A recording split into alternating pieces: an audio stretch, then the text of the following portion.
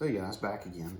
I was going to make a video about some of the things that I think are very important for beginning woodworkers, and whether you're just a hobbyist or you have a business or whatever. If you're making pieces, I put together a top 5 of things that weren't immediately out there or something that really was important that needed to be covered. If you search for it specifically, you'll find it, but if it's really not in a lot of beginner videos or anything. So over the span of the last couple years and stuff, there's things it would have been nice to know at the beginning whenever we got started. So tip number 1, your wood selection. There's always going to be times at the beginning where you just want to be able to get a hold of materials and just start building stuff. You've seen some videos, you've seen some other things that people have made, and it's easy to go ahead and do. Okay, well there's some steps that that you have to go through before that final product. And one major thing is wood selection. So a lot of materials that you'll see at your big box stores, your orange and blue big box stores, a lot of that material, it's going to be construction grade material. They do sell, usually some kind of S4S type material where all 4 sides are already squared up for you and everything, but you're really going to pay a lot of money for it. So if you build it into, if you're going to sell it to, to customers, you want to be able to, you can build that into your price that you're going to be paying a lot more money for that. But if it's going to be a long-term kind of thing, there's always going to be some other better way than that. Should just be your last resort. And for me, it took a lot of digging and digging and digging, and being in, rural West Virginia. You would think there's a lot of places that you're just surrounded by to get good material that is usable. So you can get on different places like Facebook Marketplace and things like that and see a bunch of people posting materials on live edge slabs, any kind of dimensional lumber. And that's fine and good and everything, but it's really best to know from a reliable source how the material was handled from beginning to end, because the selection you really won't know, and they may have a couple pictures posted or something, and it's really going to be a lot of things come into account when choosing that material. You don't know what kind of shape it's in, what kind of grade it is. So we'll just start with that. For grade, you typically go from just couple versions of a common type lumber, so a two common or 1 common, and then it goes up to usually a prime grade or FAS. And the FAS lumbers it's just faced on all sides, so it's squared on all sides, but it's still a hardwood lumber that comes from someone, whether someone at some point had ran that through and squared it all up from the beginning. Now the 1 and 2 common grades and the prime grades, all of that is based on the dimensions that it has. We'll just say if it's an 8-foot board and you have X amount of knots and pieces that are messed up in it, or just pieces that are missing, just voids in it. Usually the more you have, that grade is going to be based on that. So the clearer the wood is, the better, where it's going to land more on the prime side of the scale. I'm going to go ahead and post a link in the description on just how exactly they go through that grading process, because everyone goes through that sells lumber. So they usually will stack it in certain areas, because the better grade is usually a higher price, some kind of material off someone, or unless it's like a very reputable sawmill or something like that, you want to be able to check the moisture content. There's some ways of being able to calculate that if you do have something like a sample piece of the wood, or they have small battery powered moisture meters that you can easily drive, like it's a small needle pretty much into the wood that will check its moisture content. you want to be able to have a moisture content that's at least under 12%. That is very key when dealing with any kind of wood. It doesn't matter if it's softwood, hardwood, it doesn't matter. And the reason why it doesn't matter is wood moves as it's growing and drying out. It doesn't matter after it's cut, it's still going to move, and all throughout the rest of the time, you know, that you're handling. As soon as you go pick it up and bring it back into your shop, it's going to move even more from there. So typically you want to at least wait a couple weeks once you get it back.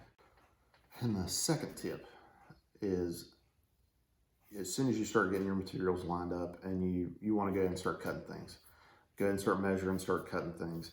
Well, the key thing to, and what makes okay furniture or okay products or decor and great, are just those fine details.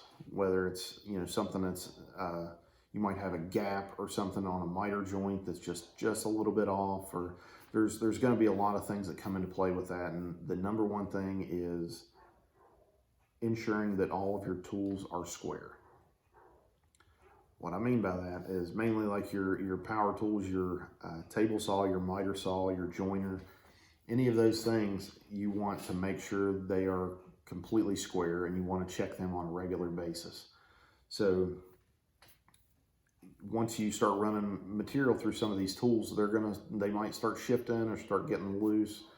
So it's always good to check that really before any kind of beginning a major project, because you could go through an entire stack of lumber and it be just right off. Or once you're starting to assemble things and you're in that phase, you're gonna have to go right back again and clean stuff up.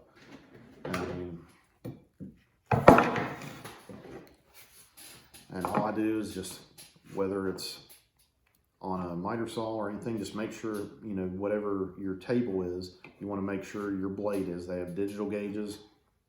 They have just speed squares to be able to go through, that you can pick up at any hardware store, you know, any store, you know, Walmart, place like that. They're going to have just these kind of basic tools. So you just want to be able to run and adjust as needed to make sure all your tools are square. And that, okay, tip number 3. When I was learning a lot of things, I was going on YouTube. I was finding, you know, any kind of resources I could to, you know, to find out, you know, the best way to do and woodworking and building things. One thing that, you know, you see a lot of people doing, you'll see somebody chiseling out ends, or, you know, running hand planes through across boards and just having smooth, you know, lines of material, you know, coming out of the planes and everything. Oh, it's just real simple. It's all that, you know, it's just going. Well, when you're running a lot of these things, a lot of the tools I've had, it's either been secondhand tools or, you know, just different tools like that, to where I've just gotten it from somebody else. And, you know, it feels, you know, there's certain times at first that, you know, I just felt like, yeah, this is pretty sharp, you know. But the key is to making sure that you always have sharp, either whatever it is, either blades or chisels whenever you're cutting things. So that was one thing that, you know, some of the videos of people building stuff, they just kind of left out on how fast tools and stuff can dull down. So really, for my rule of thumb is, I'll have a certain set of chisels and stuff that I'll use just for small things, either cleaning up glue ups or something of that nature. And usually that'll be that, or with you know, just a small hand plane.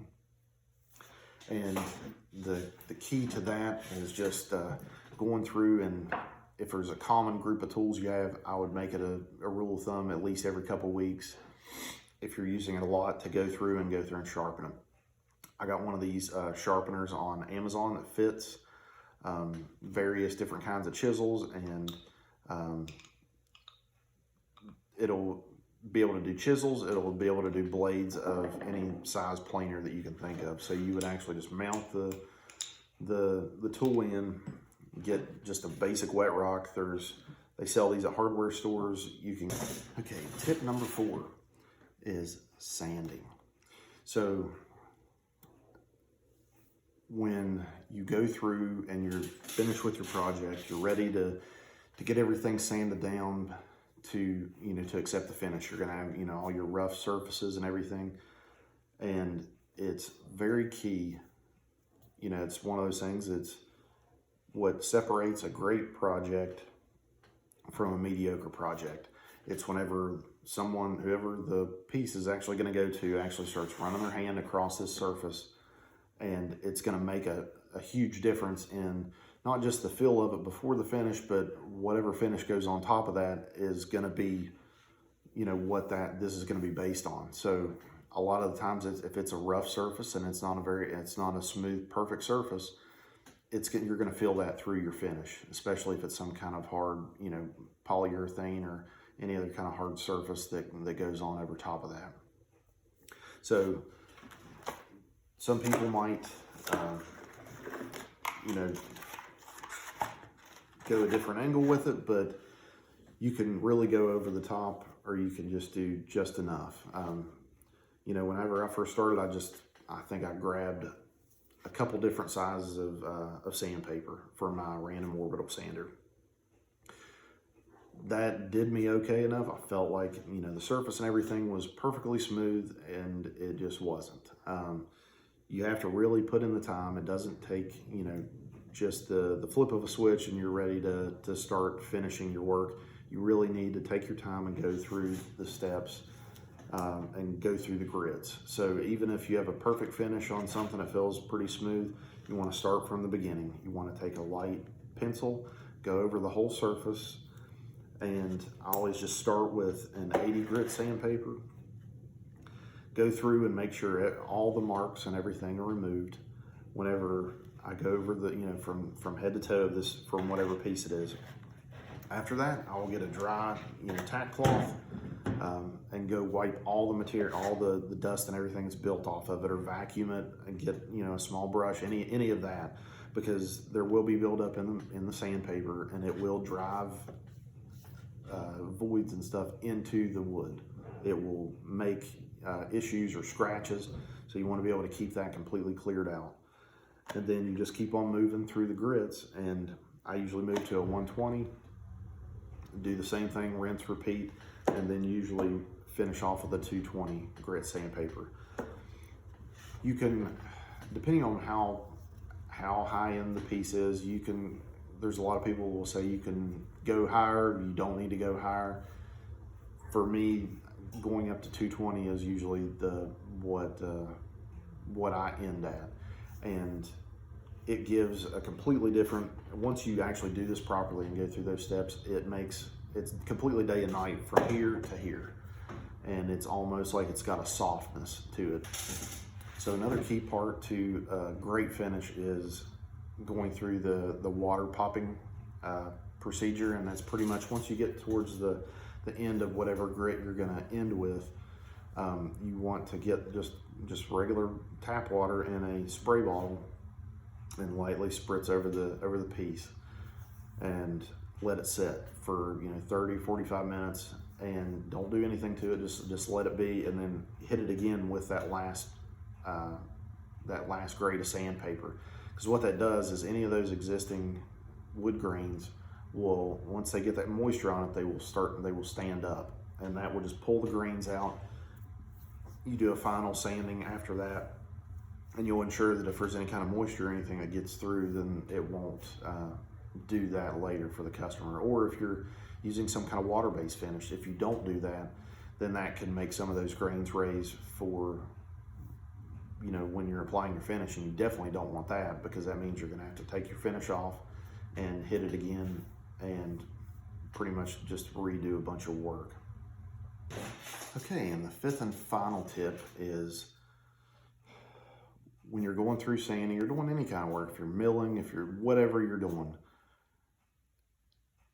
you want to go through and wear some kind of respirator or some kind of mask whenever you're getting a lot of the dust particles and stuff in the air.